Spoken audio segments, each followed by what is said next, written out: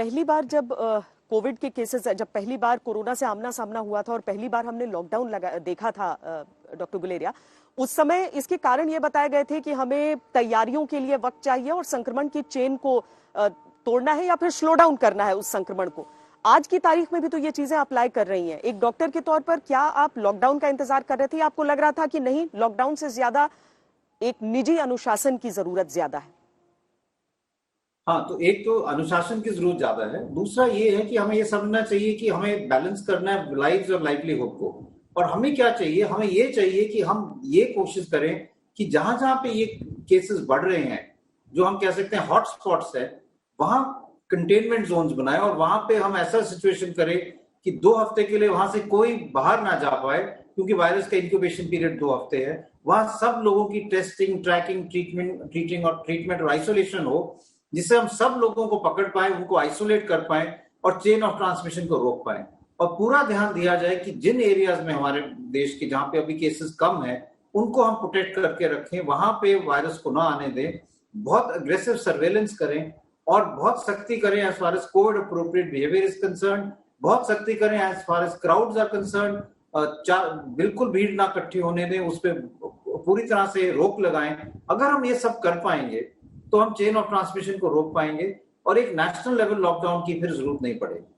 आपने पिछले 1 साल में आम लोगों के लिए कोविड फटीग की बात की डॉक्टर गुलेरिया, लेकिन डॉक्टर्स का वो फटीग, उसका क्या? जो आप लोगों तो 1 साल से आप लोग वो न सिर्फ पेशेंट्स ट्रीट कर रहे हैं, जब केसेस कम भी हुए उस समय भी आप लोगों को इन सारे प्रोटोकॉल्स का पालन करना था। क्या आपको लग रहा है कि आज जब दूसरे दौर की शुरुआत हुई है, इनफैक्ट डॉक्टर्स भी बड़ी संख्या में एक बार फिर हम देख रहे हैं कि उन्हें भी ये संक्रमण हो रहा है, इस समय कितने स्ट्रेस्ड आउट है हमारी मेडिकल फैसिलिटीज, कितने स्ट्रेस्ड है हमारे डॉक्टर्स, हमारे कोविड वॉरियर्स? मैं ये कहना चाहूंगा कि डॉक्टर्स बहुत स्ट्रेस्ड आउट हैं। कई डॉक्टरों को इस सेकेंड वेव में इन्फेक्शन भी हुआ है और 1 साल से वो लड़ रहे हैं। कईयों ने अपनी छुट्टियां नहीं ली, घर के काम छोड़ दिए, कई फंक्शन जो घर के थे वो किए नहीं, क्योंकि पैंडेमिक ही 1 साल से लगातार चले आ रहा है और सब लोग इसमें लगे हैं कि इसकी लड़ाई में लगे हुए हैं। इसीलिए डॉक्टरों की कम्युनिटी की तरफ से, हेल्थ केयर वर्कर्स की कम्युनिटी की तरफ से मैं सब लोगों को अपील करना चाहूंगा कि आप कोविड अप्रोप्रिएट बिहेवियर जरूर अपनाएं, मास्क लगाएं जब बाहर जाते हैं, क्राउड ना बनने दें, चेन ऑफ ट्रांसमिशन को तोड़ें। क्योंकि अगर ये नहीं करेंगे तो हमारे हॉस्पिटल्स पे ज्यादा स्ट्रेन पड़ेगा, ज्यादा पेशेंट्स आएंगे, ज्यादा एडमिशन होगी। जो डॉक्टर्स ऑलरेडी इतने स्ट्रेस्ड आउट है, उन पे ही ज्यादा स्ट्रेन पड़ेगा। तो उनके लिए ही आप प्लीज कोविड अप्रोप्रिएट बिहेवियर अपनाएं। अगर एसेंशियल काम नहीं है तो बाहर ना जाएं, घर के अंदर ही रहें और पूरा जो है ध्यान रखें कि कहीं पर भी क्राउड ना बने, जिससे हम वायरस को आगे ना फैलने दें और हॉस्पिटल पे और ज्यादा स्ट्रेन ना पड़े। डॉक्टर गुलेरिया, फ्रंटलाइन वर्कर्स दो वैक्सीन के दोनों डोज कंप्लीट उनके हो चुके थे। अगर वैसे केसेस में अगर पॉजिटिव केसेस आते हैं, लोगों के मन में आशंका होती है, उसे दूर करने के लिए आप क्या कहेंगे? क्या इसके बावजूद वैक्सीनेशन की वो सफलताएं हैं जिसके कारण लोगों को बाहर निकलना चाहिए और वैक्सीन के लिए जाना चाहिए?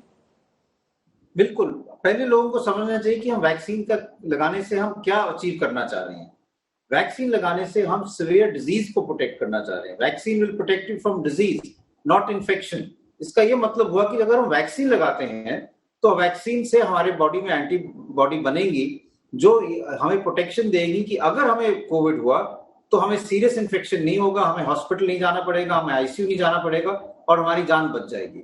लेकिन अगर हमें वैक्सीन लगा है, हमें इन्फेक्शन हो सकता है।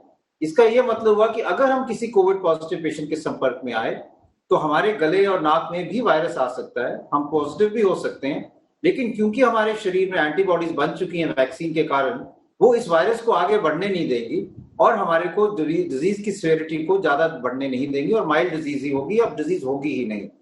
लेकिन हम इन्फेक्शियस होंगे क्योंकि हमारा आरटीपीसीआर भी पॉजिटिव होगा और हम ये वायरस किसी और को दे सकते हैं जिसको वैक्सीन नहीं लगी हो, जो प्रोटेक्टेड नहीं है। इसीलिए हम कहते हैं कि virus will prevent you from severe disease, you can still get infection और आप औरों को इन्फेक्शन दे सकते हो। इसीलिए वैक्सीन के बाद भी कोविड अप्रोप्रिएट बिहेवियर बहुत जरूरी है, मास्क लगाना बहुत जरूरी है, क्योंकि आप तो प्रोटेक्टेड हैं, लेकिन हम ये नहीं चाहते कि आपके घर के और किसी व्यक्ति को आपके कारण कोविड हो जाए।